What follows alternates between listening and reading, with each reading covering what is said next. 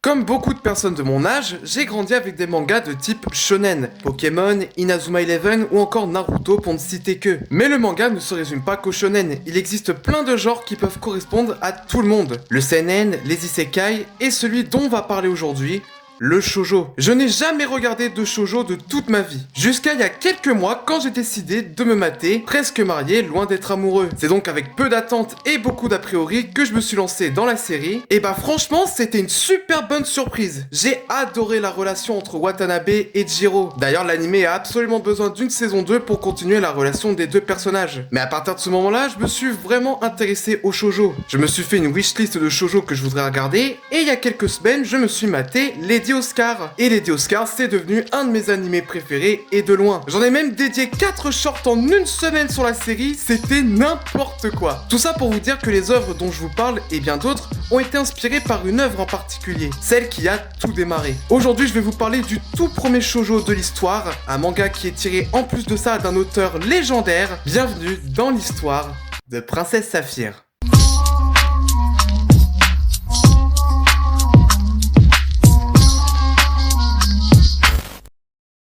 Vas-y, viens, on discute.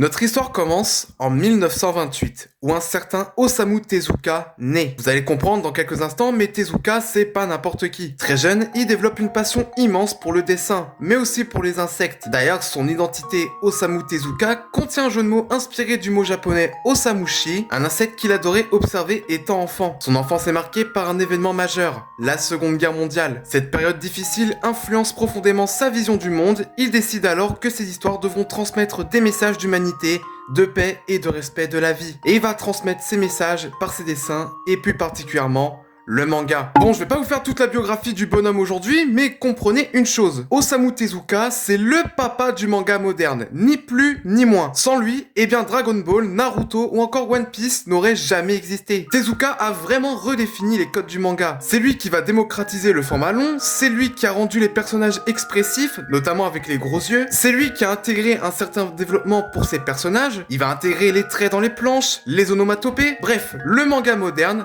c'est Tezuka. Et ça commence dès 1947 avec son tout premier manga, nommé Shin Takarajima. Aujourd'hui, je vais vous parler du tout premier shoujo, mais Shin Takarajima, c'est le tout premier shonen moderne, et c'est un véritable succès. Mais Osamu Tezuka, c'est également les premières séries légendaires, Astro Boy, Le Roi Léo, qui a pas mal été inspiré pour Le Roi Lion, si on doit être honnête, Dororo et Princesse Saphir, le tout premier shoujo.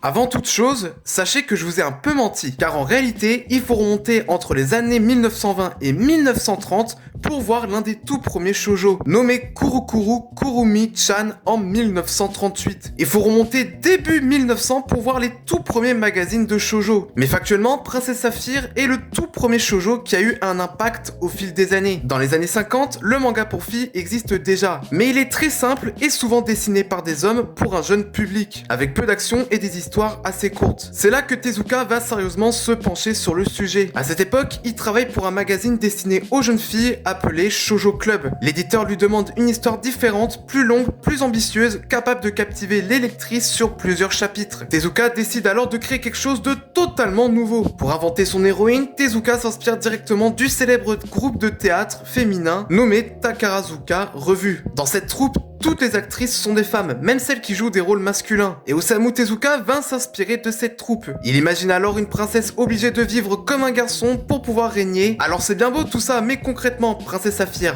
ça parle de quoi? Dans un royaume lointain appelé Silverland, naît une princesse pas comme les autres. Princesse Saphir, à cause d'une erreur d'un ange maladroit, elle reçoit 2 cœurs à la naissance. Un cœur de fille et un cœur de garçon. Mais il y a un problème. Dans ce royaume, seuls les garçons peuvent monter sur le trône. Pour protéger le royaume, ses parents décident alors de cacher la vérité. Saphir devra vivre toute sa vie déguisée en prince. Le jour, Saphir joue le rôle d'un prince courageux et héritier du trône, mais en secret, elle rêve de vivre librement comme une princesse. Cette double identité devient encore plus difficile à garder lorsque le terrible duc du Roi Humain découvre son secret et tente de prendre le pouvoir. Saphir doit alors protéger son royaume tout en cachant qui elle est vraiment. Saphir n'est pas une princesse ordinaire, elle combat les ennemis, déjoue les complots, protège son peuple et lutte contre les injustices. Elle affronte sorcières, démons et conspirateurs dans une aventure pleine d'action et d'émotions. Au fil de l'histoire, elle rencontre aussi l'amour avec le prince Franz, mais leur relation est compliquée par son secret. Et sans surprise, Princesse Saphir deviendra très rapidement un immense succès. Du vivant de Tezuka, 4 versions du manga ont vu le jour. La version originale est prépubliée dans le magazine Shoujo Club entre janvier 1953 et janvier 1956, découpée en chapitres de 3 ou 4 pages intégralement en couleur. Une suite est prépubliée dans le magazine Nakayoshi entre janvier et juin 58. Cette suite se concentre sur les enfants jumeaux de Saphir et de Franz. D'abord prépubliée sous le titre de Ribbon no Kishi dans le magazine, cette suite est finalement publiée en format livre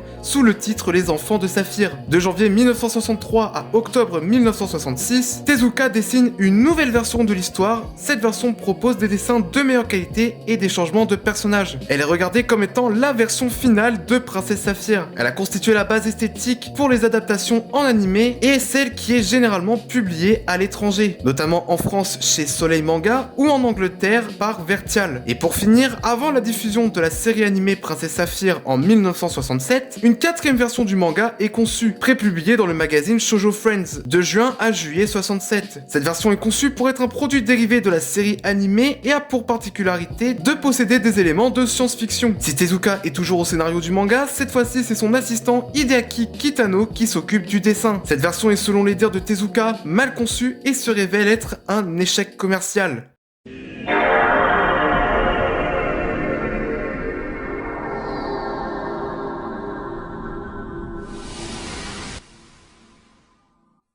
Ce que j'ai oublié de dire tout à l'heure, c'est qu'Osamu Tezuka, en plus d'être le pionnier du manga tel qu'on connaît aujourd'hui, il va également démocratiser l'adaptation du manga en série animée. Dans les années 60, il va créer son propre studio d'animation, nommé Mushi Productions. Après le succès d'animes comme Astro Boy et Le Roi Léo, le studio décide d'adapter Princesse Saphir. L'anime est lancé en 1967 sur la chaîne Fuji TV. La série compte 52 épisodes, un format important pour l'époque. Et Tezuka lui-même participe à la supervision du projet. L'objectif est clair, créer l'un des premiers grands animés destinés au public féminin, alors que la majorité des séries animées visent surtout les garçons. C'est une étape majeure dans l'histoire de l'animation japonaise. Une animation certes innovante, mais surtout très économe. Comme beaucoup d'animés des années 60, la série est produite avec un budget limité, la réutilisation de certaines images, des mouvements de caméra inspirés du cinéma, et une animation centrée sur les expressions faciales. Ces choix permettent de produire une série longue tout en conservant une narration dynamique. Ce style deviendra plus tard la base du modèle économique de l'animé télévisé moderne. Et à l'instar du manga, l'adaptation animée de Princesse Saphir est un immense succès. D'ailleurs, sachez que la version française de Princesse Saphir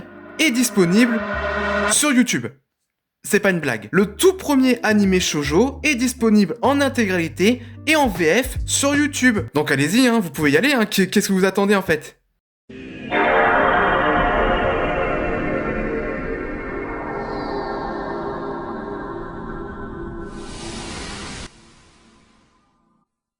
Princesse Saphir est une œuvre fondatrice dans l'histoire du shoujo. Son impact dépasse largement son époque et influence encore aujourd'hui le manga et l'animation japonaise. Avant Princesse Saphir, les mangas pour filles étaient souvent courts, simples, centrés sur la vie quotidienne, avec peu d'action. Quand Osamu Tezuka publie Princesse Saphir, il introduit une vraie aventure longue et scénarisée, comparable au manga pour garçons. C'est la naissance du shoujo moderne narratif. Le concept de double identité introduit un thème rare et révolutionnaire pour l'époque, la question de l'identité personnelle. Ce thème deviendra central dans de nombreuses œuvres shoujo plus tard, notamment un certain Lady Oscar.